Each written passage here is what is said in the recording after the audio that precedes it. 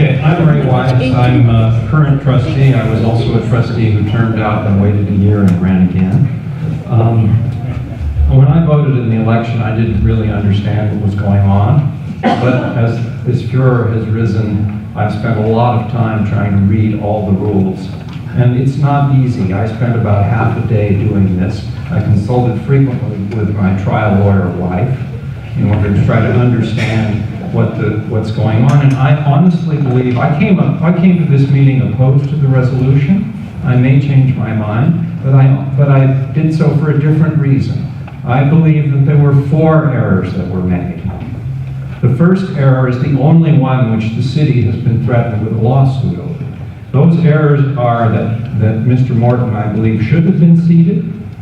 Mr. Ovanesov, when he resigned after having been duly elected, should not have had another candidate on the ballot take his place. It should have called for an election. That's found in Robert's rules.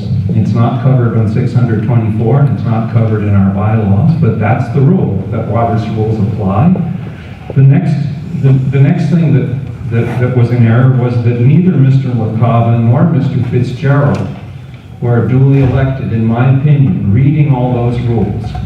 I don't expect the electorate to have read all those rules. I don't think any of us spent 6 hours before we went to vote dredging up all this stuff and reading it. So a lot of mistakes were made. And the 4th mistake was that the second election was held under dubious circumstances because it was based on the 3 previous errors.